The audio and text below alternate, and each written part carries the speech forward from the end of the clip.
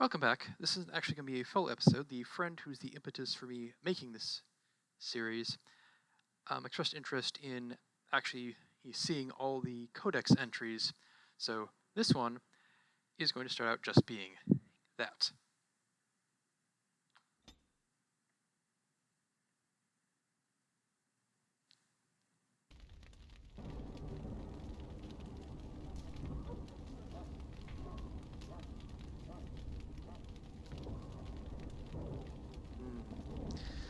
Yes, battle is about to start. There's a storm going. This is perfect time for me to go through some Codex entries. Now, the game pauses, but this real. Yeah, I'd basically be either sitting down and going through some papers, if we actually have those, or would be just, sitting down remembering things. Okay, fire doesn't get any quieter when I have those open, so I'm going to move away, find a nice quiet spot. Alright, journal, Codex, creatures, archdemon. In darkness eternal they searched for those who had goaded them on, until at last they found their prize, their god, their betrayer, the sleeping dragon Dumont. Their taint twisted even the false god, and the whisperer awoke at last, in pain and horror, and led them to wreak havoc upon all the nations of the world, the first light. Threnodies, 8-7. The false dragon gods of the Twin Imperium lie buried deep within the earth, where they have been imprisoned since the Maker cast them down. No one knows what it is that drives the Darkspawn in their relentless search for the sleeping old gods. Perhaps it is instinct, as moths will fly into torch flames. Perhaps there is some remnant of desire for vengeance upon the ones who goaded the Magisters to assault heaven. Whatever the reason, when Darkspawn find one of these ancient dragons, it is immediately afflicted by the taint, it awakens twisted and corrupted, and leads the Darkspawn in a full-scale invasion of the land of Blight. Though, one note, so I understand they've actually studied, like, moths and flames and, like, why nighttime insects will be apparently attracted to light. It's not actually an attraction, it's confusion.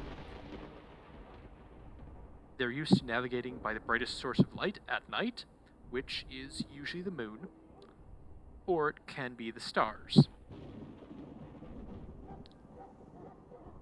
So then suddenly there's, well, and for the purposes of the insect, those don't move. But, so you can go travel a fair distance, and the moon will still be in approximately the same place. However, the thing is, this artificial light is much, much closer. So they think they need to correct, because, the light, it has apparently moved. It's at a different orientation to where they're going. They must be off course, so they correct, and they end up going in little circles around the light. Okay. Deepstalker. A fool trusts his eyes, a wise man fears every rock, is a Deepstalker, Dwarven saying. Possibly the strangest of all creatures found in the deep roads is the Deepstalker. Tezpadam, the dwarves call them, hunted packs generally by burrowing underground and then striking when their prey is in their midst. Stalkers come in several types. Spitters have venomous glands, can spit secretions that slow or injure their prey. Jumpers hurl themselves at their targets, knocking them down and making them the kill easier. The most common variety scares the prey, leaving the unfortunate victim helpless against the rest of the pack.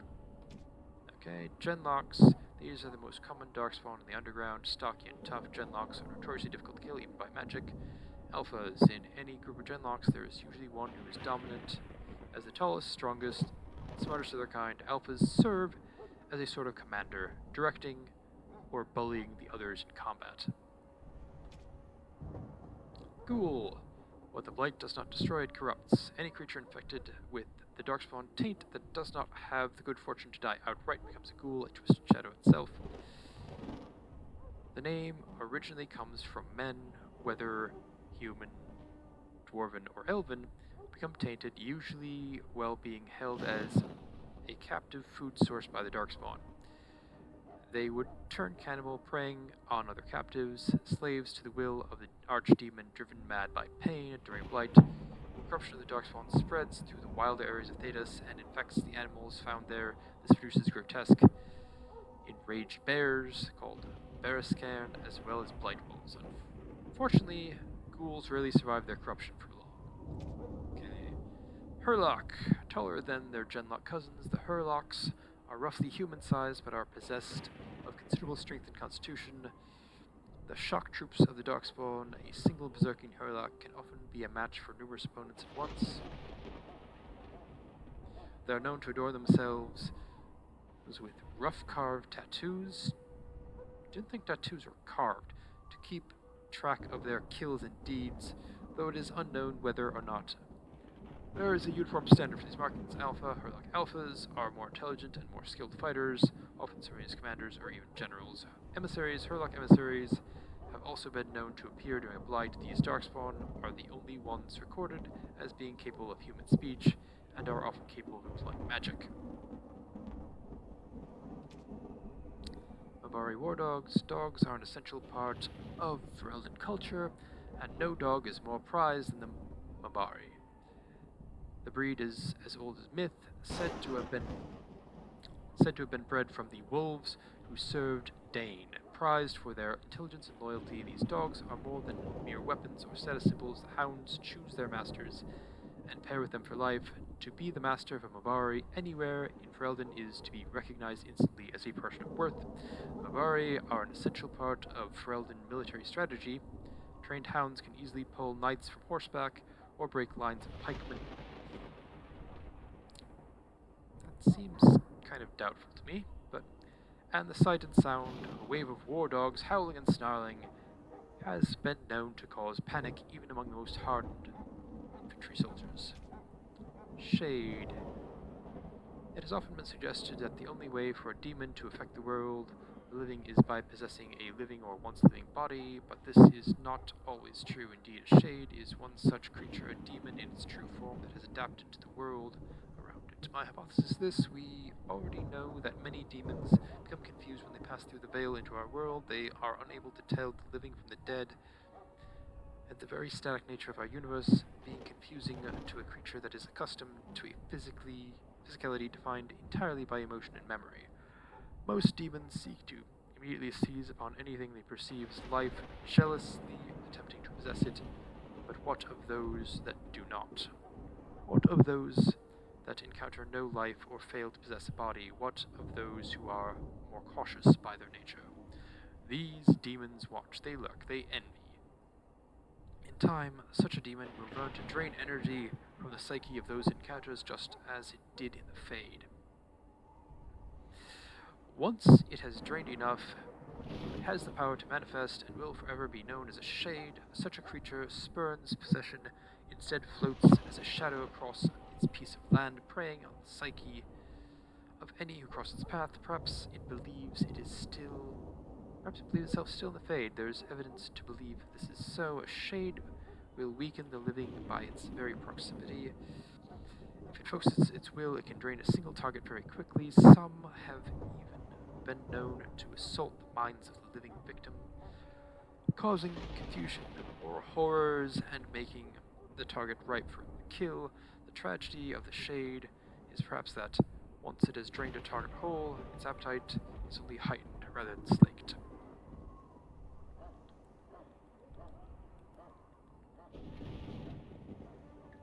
The journal of former senior enchanter Malleus, once of the Circular Vein, declared apostate in 920 Dragon Age. Dragon Age is the current age. That's interesting.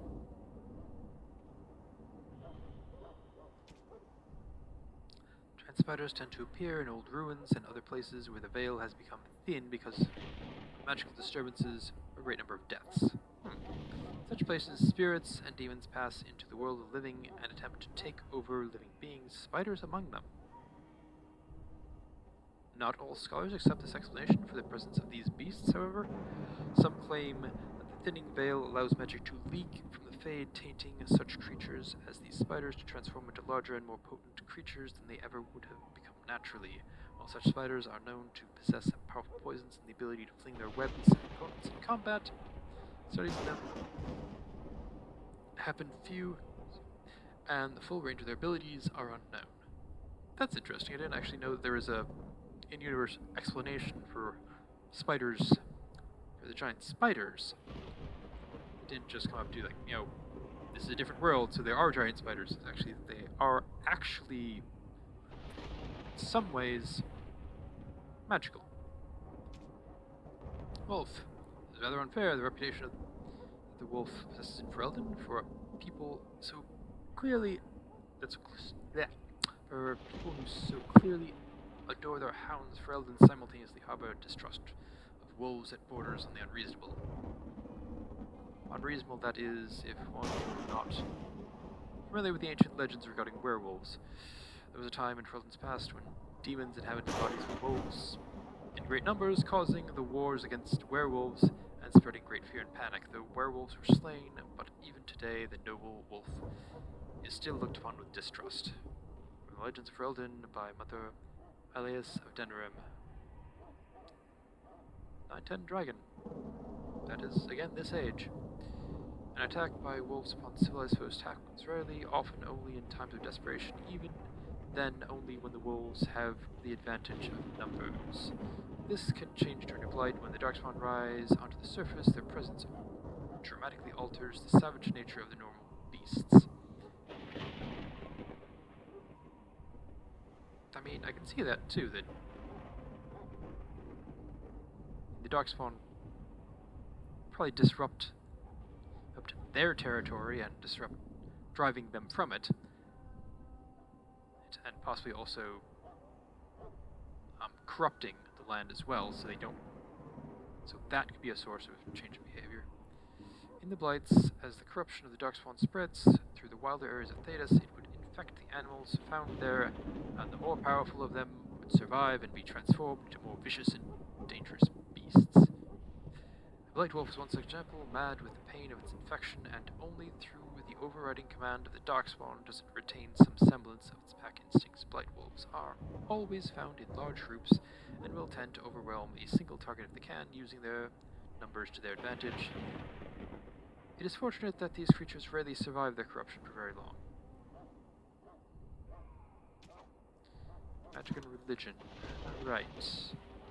Gentle like the light, no matter their power, their triumphs, the mage lords of Dementor were men and doomed to die. Then a voice whispered within their hearts, "Shall you surrender your power to time like the beasts of the fields? You are the lords of the earth. Go forth and claim the empty throne of heaven and be gods." In secret they worked, magic upon magic, all their power and their vanity. They turned against the veil until at last it gave way.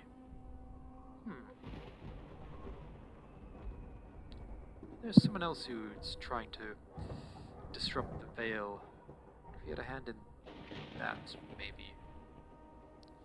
Above all, a river of light, before them the throne of heaven waiting, beneath their feet the footprints of the Maker, and all around them echoed a vast silence.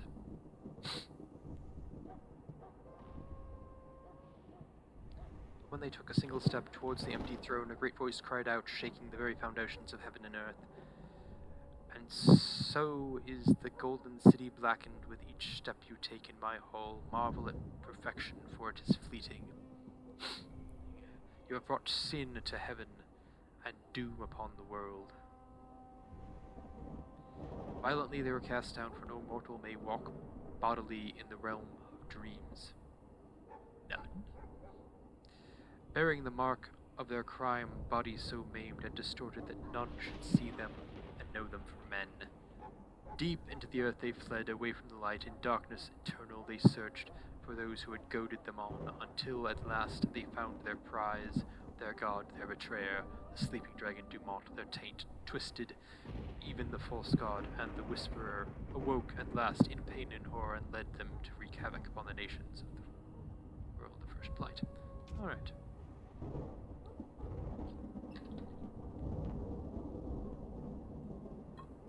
The study of the fate is as old as mankind. In this case, that might be true. We don't know if humankind, existed before the Fade and the Veil. For so long as men have dreamed, we have walked its twisting paths, sometimes catching a glimpse of the city at its heart, always as close as our own thoughts, but possibly separated from our world. The Defender and Piprian once spent vast resources of gold, lyrium, and human slaves in an effort to map the terrain of the Fade, but ultimately futile endeavor, although portions of it belong to powerful spirits. All the Fade is in constant flux. The Imperium succeeded in finding disparate and ever-shifting realms, a dozen demon lords, as well as catalog a few hundred types of spirits before they were forced to abandon the project. Relationships of dreamers to the Fade is complex. Even when entering the Fade through the use of lyrium, mortals are not able to control or affect it. The spirits who dwell there, however, can, and as the chapter teaches us, the great flaw of the spirits is that they have neither imagination nor ambition. They create what they see through their sleeping visitors, building elaborate copies of our cities, people, and events, which, like the reflections in a mirror, ultimately lack context or life of their own. Even the most powerful demons merely plagiarize the worst thoughts and fears of mortals and build their realms with no other ambition than to taste life. From Tranquility and the Role of Fate in Human Culture, First Chair Josephus.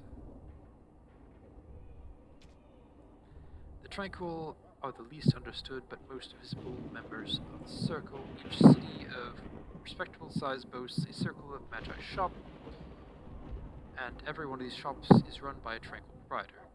Their name is a misnomer, for they are not tranquil at all, rather they are like inanimate objects that speak. If a Temple wished to sell you an enchanted pet knife, he could pass as one of these people. Their eyes are expressionless, their voices are monotone, incomparable craftsmen they may be, but they are hardly the sort of mages that ordinary folk ease.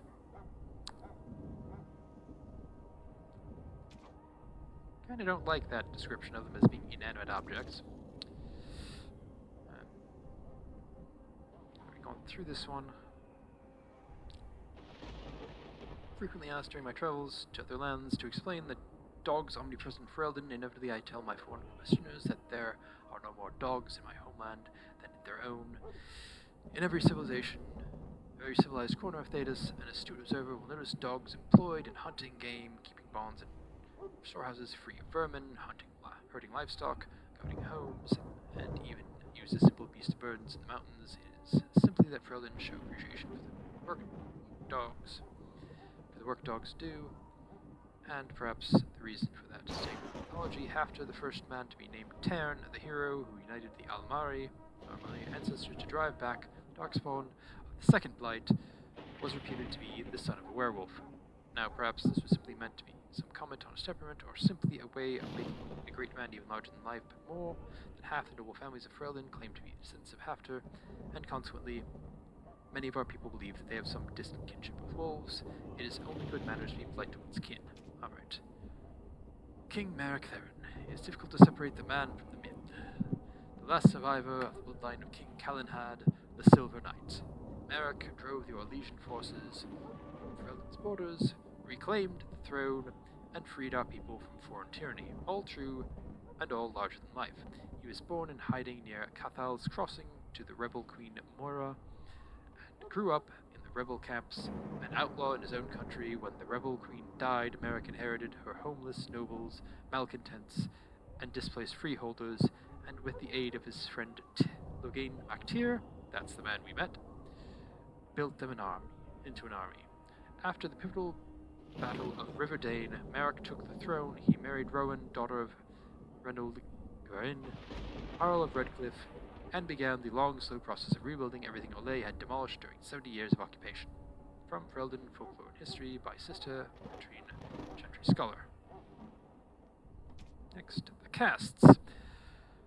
Visitors to Orzammar should keep in mind that the hierarchies of Dwarven society are much more complex than our own. It is easy to gravely insult a man simply by mistaking his position. Since this can lead to unnecessary loss of life and limbs, I will attempt to mitigate the danger for my fellow travelers. The society of Orzammar is divided into nobles, warriors, smiths, artisans, miners, merchants, and servants. Now you're undoubtedly saying to yourself, we have all those divisions among our people. This is a dangerous misconception. Certainly we do have nobility, artisans, merchants, and these positions are largely inherited from our parents. However, the younger children of noblemen often choose to be artisans or soldiers. Don't believe that's true in our history. The sons of merchants may join the army, or become servants, or apprentice themselves to a craftsman. This is all freely chosen, limited perhaps by circumstances of birth, but still chosen. What is a matter of choice for most human folk is dictated entirely by the birth for the dwarves. No one may become a smith who is not born to smith caste parents. A servant who marries a nobleman will never be a noble himself. And although his daughters would be nobles, his sons would be servants, for daughters inherit the caste of their mother, while sons inherit the caste of their father. From In Pursuit of Knowledge, The Travels of a Chantry Scholar by Brother Genitivi. Might be a significant name. Life in Orzammar. The dwarves of Orzammar are quite unlike those found in human cities. Although Orzammar derives its vast wealth from trade with human kingdoms, all dwarves who come to the surface to trade are stripped of their position in society. Dwarven merchants are so ubiquitous in human cities that many people labor under the impression that all dwarves are merchants, or that their whole race worships coin and trade. But these surface dwarves are atypical creatures, and the ones willing to give up all ties to their kin and sacrifice their rank in order to conduct business.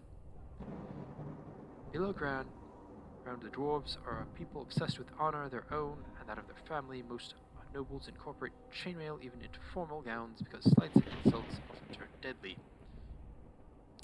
Seems like a bad way to have a society. They are a people who revere excellence and strive to achieve it in all things. Even members of the servant caste have been elevated to paragons, usually posthumously, in recognition of remarkable service. Again, Brother Giant TV.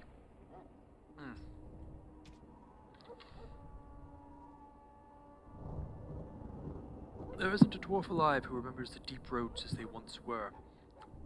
They were a network of tunnels that joined and tied together. To be honest, it isn't even right to give them such a simple term as tunnels. They are works of art, as we saw, with centuries of planning demonstrated in the geometry of their walls, with the statues of the paragons that keep watch over travelers, the flow of lava that keeps the deep roads lit and warm. Yes. The cloud blazers up on the surface talk of the Imperial Highway built by the magisters of old, a raised walkway that crossed thousands of miles, perhaps something that could have been built by magic. Only could have been built by magic. Perhaps it is comparable to the deep roads, though we dwarves didn't need magic. I suppose it doesn't matter anymore. The Darkspawn will rule the deep roads now. When Orzammar sealed off the entrances to the deep roads, abandoning everything that lay out there, we handed over the kingdom that was to those black bastards forever. To think that there are genlocks crawling over Bonammer now, tearing down our statues and defiling our greatest works. Corruption covers everything we built out there. Every dwarf who goes out and comes back says that it gets worse with each passing year. The foulness spread a little further.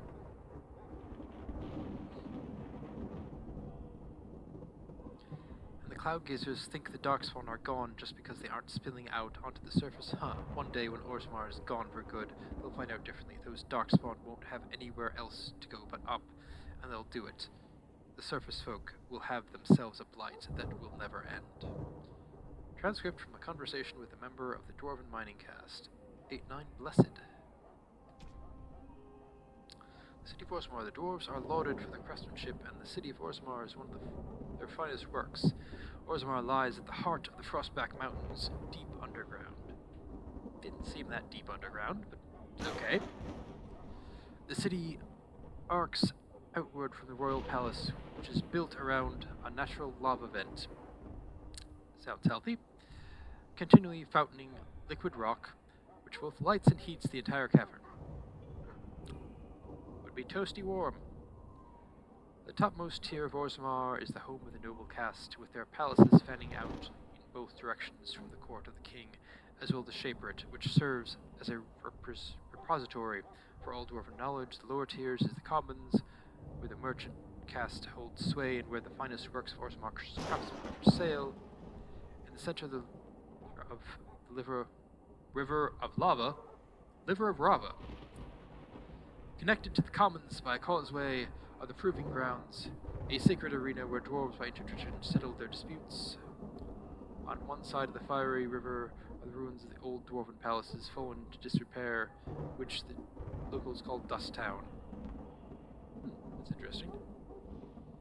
Now the home of the city's castless. On the other side of the river are the deep roads, which once joined the sprawling Dwarven Empire together, but now, after centuries of darkspawn incursions, are largely sealed off. Nearly all knowledge of this network of underground passages has been lost, even to its builders.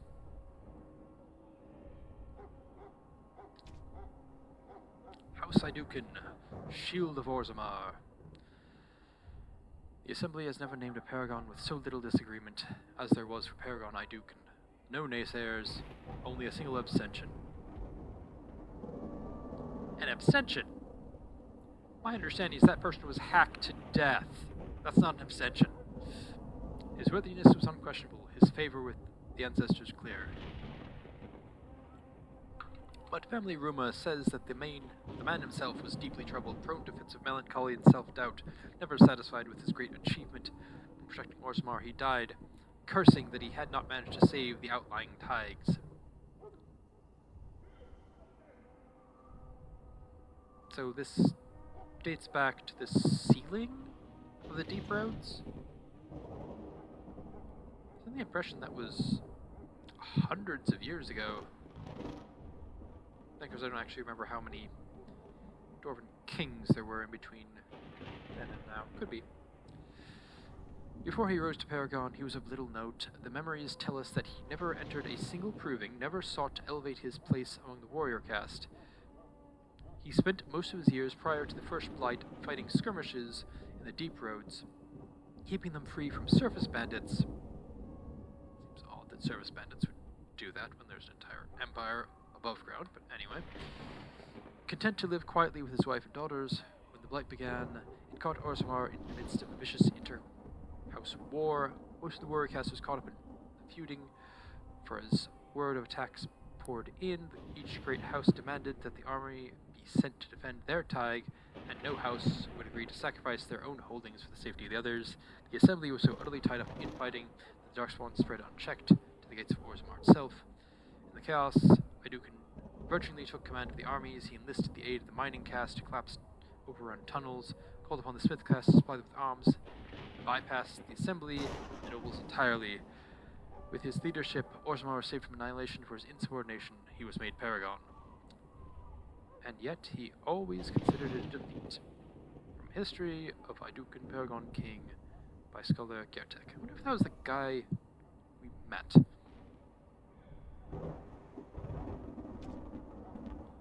Orzammar politics, as dangerous as it is to mistake a dwarf's caste, it is far more dangerous to mistake his alliances among the noble houses of Orzammar. Oh, good. Everyone in the city is allied with someone, whether by blood or by word. The nobles do not engage directly in commerce themselves, as that is the domain of the merchant caste, but they do serve as patrons. They invest in shops or in artisans' work, and in turn they reap a share of the profits as well as a measure of the credit. Merchants and warriors alike benefit from the service of a prestigious patron. The relative power of each house is ever changing. It is usually safe to assume that whichever noble house holds the throne is at the top of the heap. Below that, things grow into a tangled mess. The houses ally with each other by marriage. They earn rank and prestige. When combatants loyal to them or from their own bloodline win provings. They earn it when artisans they patronize become sought after or well regarded, or when merchants they invest in become successful. The degrees of power that these achievements confer is so murky, even to the dwarves, that it isn't usually unusual for nobles to challenge each other to provings over whose smith forges the better belt buckles or whose servants have the best manners.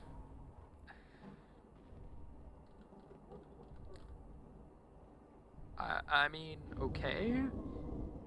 Who could win in a duel has nothing to do with that?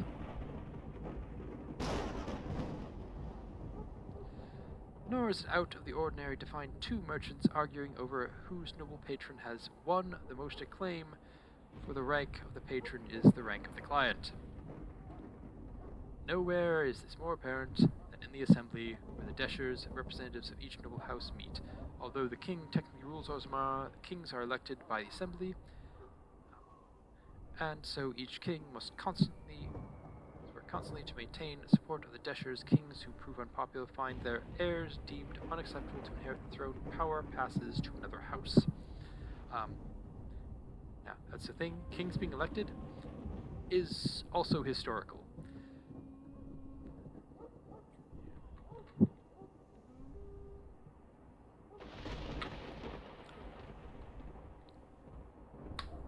Now, it would have been much like this, in that the kings would be elected probably by important people in their realm, powerful nobles, members of their family, that such, not by the general public. The proving follows Atredum, the 23rd reign of King Ragnar Hadouken. An old man of the servant caste was accused of stealing a sapphire ring from his employer, Lord Dace. The servant was stripped of his position, and he and his family were thrown into the streets, and soon after the servant died. The son of the disgraced servant challenged Lord Dace to a proving, declaring that his father had been a victim of cruel injustice, and the ancestors would bear him witness. Lord Dace had no choice to accept. Kind of surprising, that. On the sacred stone of the proving ground, the nobleman faced the servant boy. Lord Dace carried a sword crafted for his own hand and was clad in his great-grandfather's armor. How fortunate that they were the same size. The servant boy had neither armor nor weapon. When the battle began, the boy fought like a whole pack of angry stalkers, flinging himself at the startled lord, wrenching the sword from his hand, and prying his armor with his bare fingers. The boy knocked Lord Dace to the ground and beat him until the lord begged for mercy. The boy and his family were reinstated to their place in the Dace household, and the virtue of the boy's father was not questioned again. The ancestors had spoken, and no one would question their word. Let's talk about Shaper Vortak. That's an interesting story. Dwarven faith. We are the children of the stone. She supports us, shelters us, offers us the most priceless gifts of the earth. The worthy return to her embrace in death, becoming ancestors. The unworthy are cast out, unable to rest, that their failings may not weaken the stone. So it has been since the earliest memories. We live by the stone, guided by the ancestors who speak with the voice of the provings, and whose memories the Shapered keeps forever in lyrium. We do not accept the empty promises of heaven as the wild elves do, or vie for the favor of the absent gods. Instead, we follow in the footsteps of our paragons, the greatest of our ancestors, warriors, craftsmen, leaders, the greatest examples of lives spent in service to our fellow dwarves. Our paragons joined with the stone in life, and now stand watch at our gate, ushering those surfacers privileged to visit our city. We know there is no greater honor to hope for, no better reward for an exceptional life.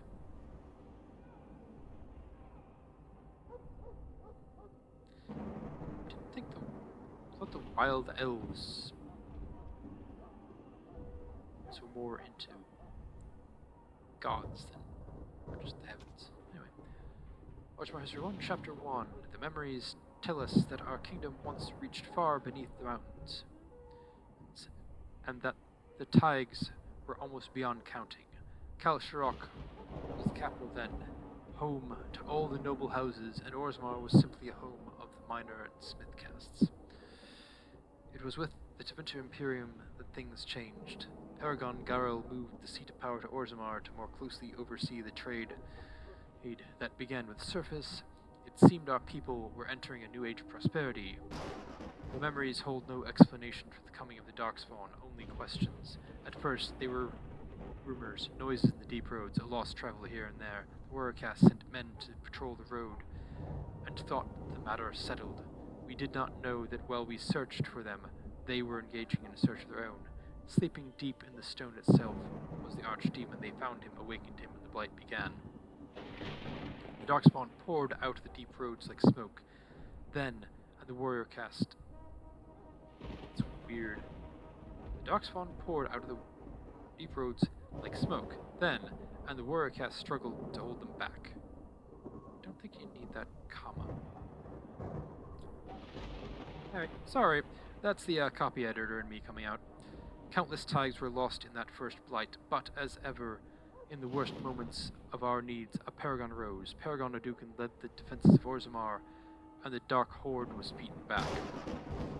The cost of victory, however, was great. Much of the deep roads were sealed to hold back the Darkspawn, cutting off Taigs and even whole cities forever. Orzammar's kingdom, as told by Shaper Sizbul. Chapter 2, we were losing the war against the Darkspawn slowly, a few men at a time, but losing all the same. The warrior caste was dwindling with each generation as more able-bodied men perished in their prime without fathering sons. You didn't have any women fighting? With each generation, more of the deep road had to be sealed, more Taigs lost forever. The king of Orzammar watched and wondered how long it would be until nothing remained of our people but the memories. Actually remembering how the misogyny I saw in Orzammar,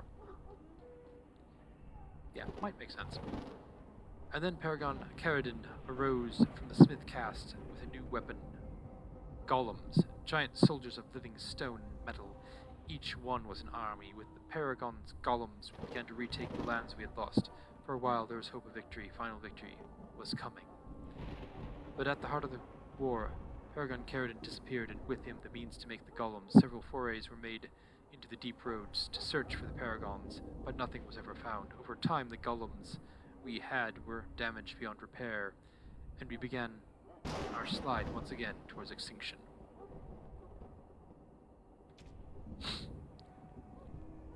Ostagar, representing the furthest point of encroachment by the ancient Tevinter Imperium into the barbarian lands of the southeast, the fortress of Ostagar was once one of the most important defensive holdings south of the Waking Sea. It stood at the edge of the Kokari wilds, watching for any signs of invasion by the barbarians known today as the Chastened Wilders. Straddling a narrow pass of hills, the fortress needed to be bypassed to reach the fertile lowlands to the north, and proved to be exceedingly difficult for the Wilders to attack because of its naturally defensible position. Yes, it is good natural position. Yeah, naturally defensive positions are good for fortresses. Like most Imperial holdings in the south, Ostagar was abandoned after Tevinter's collapse during the First Blight. It was successfully sacked by the Chastened Wilders, and then, as the Chastened threat dwindled following the creation of the modern Ferelden nation, fell to ruin completely. It has remained unmanned for 4 centuries. I think that would be the time of the Kunari invasion. Anyway, though most of the walls still stand, as does the tall Tower of Ishal, named for the great Archon that ordered its construction, Ostagar remains a testament to the magical power of the Imperium that created it. Ferelden Folklore and History by Sister Petrine. Though, well, I mean, for one, that seems like kind of high praise of magic from a Chantry scholar, unless this is the Tevinter Chantry. And the other thing I find surprising is there's no mention of the dwarves having built it, or any of it, as apparently the Tower of Ishal was built by dwarves. Curious. Grey Wardens. The first Blight had already raged for 90 years. The world was in chaos. A god had risen, twisted and corrupted. The reigning gods of Twinter were silent, withdrawn. What writing we have recovered from those times is filled with despair, for everyone believed, from the greatest archons to the lowliest slaves, that the world was coming to an end. At Weishaupt Fortress in the desolate Anderfels, a meeting transpired. Soldiers of the Imperium, seasoned veterans who had known nothing in their entire lifetimes except a hopeless war, came together. When they left Weishaupt, they had renounced their oaths to the Imperium. They were soldiers no longer, they were Grey Wardens. The Wardens began an aggressive campaign against the Blight, striking against the Darkspawn, reclaiming lands given up for lost. The Blight was far from over, but their victories brought notice, and soon they received aid from every nation in Thedas. They grew in number as well as reputation. Finally, in the year 992 of the Divinter Imperium, upon the Silent Plains, they met the Archon Dumont in battle. A third of all the armies of northern Thedas were lost in the fighting. Dumont fell, and the Darkspawn fled back underground. Even that was not the end. The Imperium once revered 7 gods: Dumont, Zazekiel, Toth, Andoril, Razakael, Lusakan, and Urthmiel. 4 have risen as archdemons. The Grey Wardens have kept watch through the ages, well aware that peace is fleeting, and that their war continues until the last of the dragon gods is gone. It's kind of surprising that no one is attempting to find the old gods themselves, but I suppose they are in the deep roads, which are unmapped, difficult to navigate, and full of deadly monsters.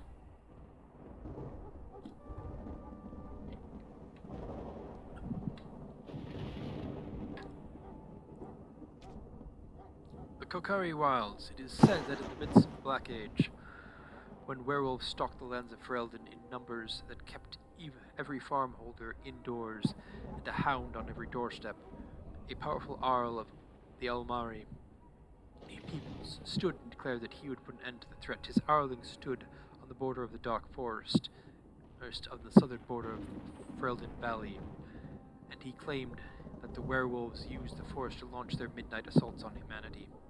For 20 years, this Arl led an army of warriors and hounds deep into the forest. In his hunt for werewolves, he slew not only every wolf he came upon, but also every member of the chastened wilder folk. That will do great things for your diplomatic relations. Any of them, he said, could harbor a demon inside and thus be a werewolf in disguise. For 20 years, the forest rang with the screams and the rivers ran red. The tales say that an old chastened woman found her sons all dead at the Arl's blade. She pulled one of the very blades from her son's heart and plunged into her own chest, cursing the Arl's name as she did so. Where her blood touched the ground, a mist began to rise. It spread and spread until it was everywhere in the forest. The Arl's army became lost, and it is said that they died there. Others say that they wander still. The ruins of his Arling stand to this day, filled with the ghosts of women waiting eternally for their husbands to return. The forest of the legend is, of course, the Kokari Wilds. There are as many legends about the great southern forest as there are shadows, or so the saying goes.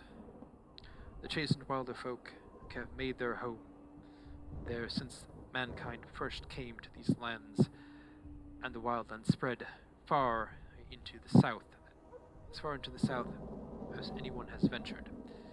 Beyond the mists are tracts of snow, white-capped mountains, entire fields of ice.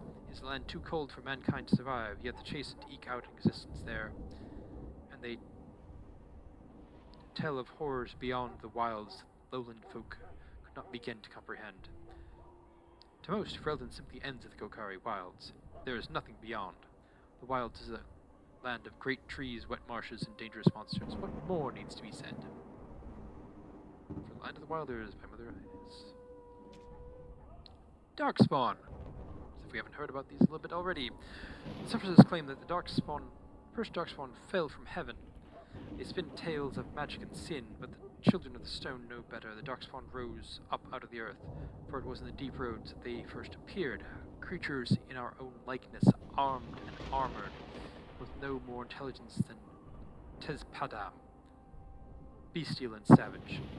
At first, they were few, easily hunted and slain by our warriors, but in the recesses of the deep roads, they grew in numbers and in courage.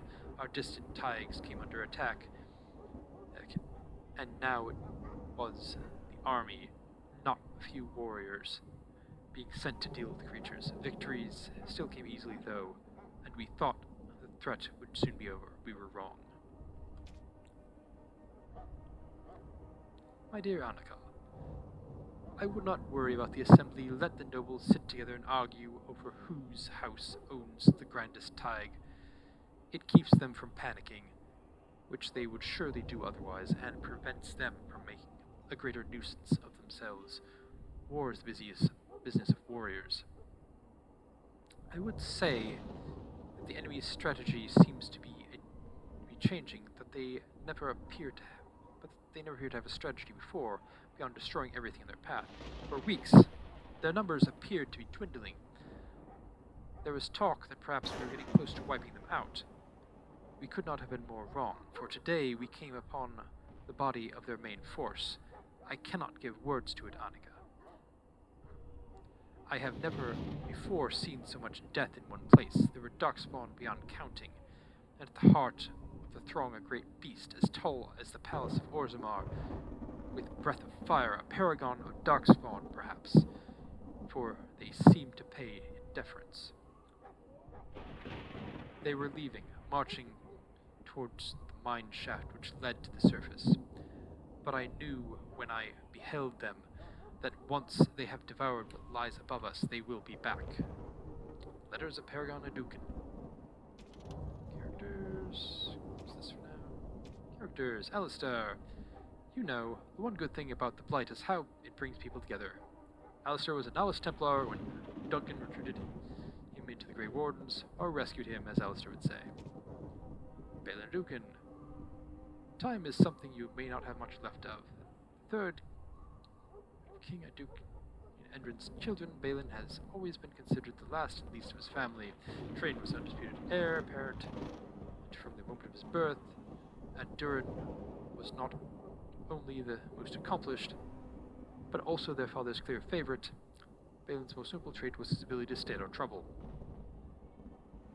He tricked around into slaying his brother Trian, eliminating both his rivals for the throne in one stroke. King Kaelin Theron. I'd hoped for a war like in the tales, a king riding with the fabled Grey Wardens against a tainted god.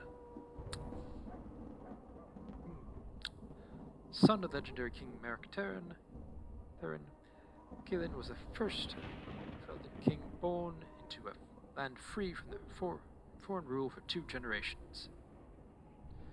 Since his father's death, he's held the throne alongside his queen Honora. Duncan, men and women of every race, warriors, mages, barbarians, and kings, Grey Wardens sacrificed everything to stem the tide of darkness, and prevailed. Like many others, Duncan gave up his family name when he joined the ranks of the Wardens, a symbolic gesture of cutting ties. You might say this was a convenience in his case. However, his mother was from the Anderfells, his father from Tevinter. His childhood was spent in the Free Marches and Orlais. His people were everywhere, and his homeland was nowhere. He was given the almost impossible task of leading the Wardens in Ferelden, a kingdom that had thrown the Order out 200 years earlier. Facing local superstitions and hostility, he set about finding recruits.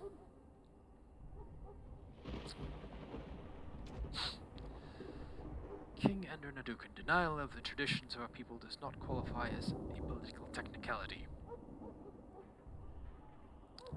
It might, if we're talking about the only other dwarves, well, significant population of dwarves when the dwarves are dying out. Endrin of House Adukin traces his ancestry back to the Paragon Adukin, the greatest warrior of Orzammar's history, who beat back the Darkspawn hordes in the First Blight, the second son of King Ansgar Adukin. He became their heir after his elder brother died in approving. The most respected king in 4 generations, he restored contact with Kalshrok, the only other remaining city of the once vast Dwarven Empire, which had been lost during the First Blight. Restored contact, but is unwilling to negotiate on deference. Anyway, the Imperial Haramont. No one is born with the rights to the throne. The sitting king may recommend a successor, but the assembly ultimately decides who will rule. House Haramont is one of the oldest noble houses, as old as Orzammar itself. Endrin's most trusted advisor, Haramont, is well known for being an able advisor and the author of many compromises in the ever-warring assembly. Logan it takes more than legends to win a battle. Logain was a farmer born during the time when his country was still under foreign occupation. When he was still a boy, he joined the resistance, where his considerable tactical genius quickly became apparent. He became close friends with Prince Merrick, the last true heir to the Ferelden throne, and together they led the rebels to drive out the forces of the Orlesian Empire. Merrick raised his friend to nobility, and Logain is now more of a symbol than a man. He represents the Ferelden ideals of hard work and independence. It's curious, because I read the book about this time and I got the impression that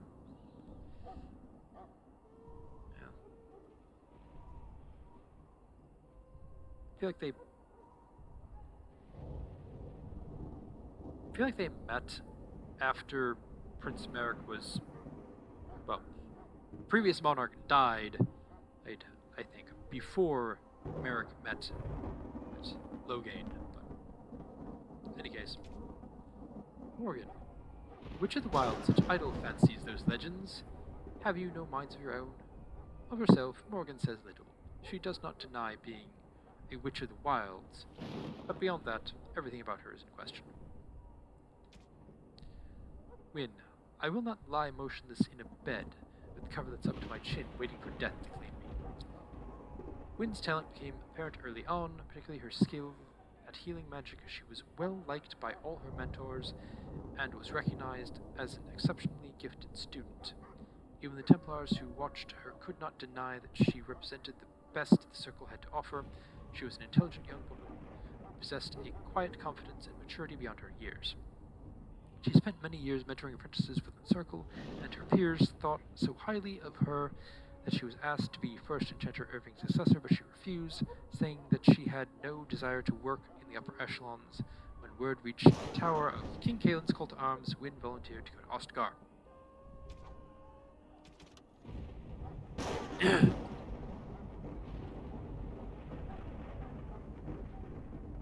Oh. Usually they put the credits into Codex. Interesting. And more credits. Feast Day Pranks. Controls. Oh. This isn't really.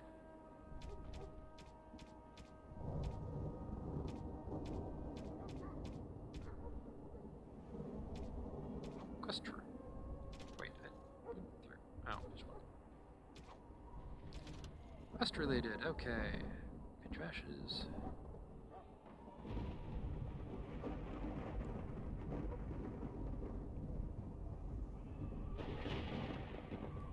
Kokari wilds are rife with legends and myths that have amazed and confounded scholars since the fall of Orzammar of Ostgar in ancient times. One such mystery lies behind the tale of Astia and Nebunar, two young lovers who lived in Ostgar. Legend says that Astia grew up in the company of Gazarath, a spirit of the earth bound to an overhang on the bank of the lake in the Kokari wilds. Gazarath began to fancy her, and they spent much days together talking and laughing. Over the years, however, Astia became a woman and began to seek the company of men. When Astia met Nebunar, the two fell in love, and Astia hoped to bring her lover to see her spirit friend, but the spirit, angered and jealous, bade her be gone. Gazarath told her that she would never see it again until she brought her lover's ashes to their spot. Astia was horrified. She fled from the enraged spirit, but she began to miss Astia, and on the day Nebunar asked her to marry him, she cut her beloved's throat, burned him, and brought his ashes to Gazareth. Knowing that their marriage would forever sever her ties to her dear spirit friend, there are legends among the Chastened that Gazareth still haunts the lake, and that those who sprinkle ashes upon the of the deceased over this right spot can summon the spirit in memory of the contract with his beloved Astia. Gazareth will grant a single wish and then vanish, never to be heard from again. Marcus, I think this is real. If you take the ashes I gave you and scatter them over the pile of rocks and overhang with a half-sunk Twitter dome, maybe Gazareth will appear and give you a wish. If the battle takes you there, I think it's worth a try. I think there are a limited number of times you can do this, given there's a limited amount of ashes you have, and they will eventually be all used. Letter Jogby, my dear son, it pleases me that you wish to follow in my footsteps and bring the Maker's word to the unenlightened. And I wish you had chosen a less dangerous place to do so. Apologies for leaving early for the wild, son, but I wanted to set up camp and get things started. The Chastened respect one with survival skills in the wild, so I hope to get a grip on that before you arrived, and maybe establish agreement with the local tribe so that we had friends when you came. When you reach the wilds, you'll find it difficult to navigate. I've listed certain landmarks below. If you follow them, they will lead you to a location I've scouted out where I've left some supplies. If you're lost, try to get back to that spot and I'll find you. Landmarks are as fossil, just wilds. One tree leading on a ruined building, pass under the fallen bridge tree, pass the submerged tower to the right, between a high ruined arch and mossy dense, walk sounds over 2 rivers. I love you, Jogby, my son. Hope to see you soon. My dear son Jogby, I fear this last letter I'll write you. I have had difficulty finding Chastened to bring the Maker's word. I have, however, seen evidence of their passing. They appear to have left this area in great haste, possibly fleeing the so-called Darkspawn that are rumored to be gathering in the wilds in ever greater numbers. So-called, as if these are things that haven't, periodically attacked the surface and are well known. Anyway, I have left you a weapon and everything else I have to spare, my son. I will try to find you once I have found a safe place. I only hope that you will be safe. With luck, we will meet again. If you see her, tell your mother I love her and take care of her family. To whoever finds this note, this last will and testament of Rigby the missionary, proud speaker of the Maker's word, I have come to the wilds to speak the chant, but I fear I will die here at the hands of the Darkspawn. I leave all that I came with to my wife Jetta. Should the reader of this note feel charitable, I have buried a sealed lockbox in our camp, nestled in the Tivinter ruins in the western reaches of the wilds. It is my will that this lockbox find my wife in Redcliffe, and that it is still sealed shut when it reaches her. To my wife and son, I apologize that my work has taken me from you, but know that I die in the service of the Maker. I am sure that's very comforting. Besides the Chastened barbarians are nothing if not clever. They have hidden markers and signs in the arrangements of stones and the rubble of the paths of the wilds. In this way, they mark trails, note places of interest, and even give warnings in a way that outsiders cannot understand. Interestingly, these markers look indistinguishable from regular pile of stones. I have dedicated my time to deciphering these signs, and I believe I am close to break through the trail markers so you can point to a hoard or a location used for secret storage among the Chastened. I have only found a portion of the message, however. I think that if I could complete the message, find all the trail markers, I can find this cache and see what treasure the Chastened have to hide. I have found one such marker near this camp. Under a fallen tree, leaning against a ruin, each marker seems to point to one or two others. I hear rumors of a Darkspawn horde is coming. I hope I can find this treasure before it's too late. Okay. And that's all the journal Codex entries that we have. I hope that's been enjoyable, and I will be back another time to do some actual gaming with this. But with that, have a good day.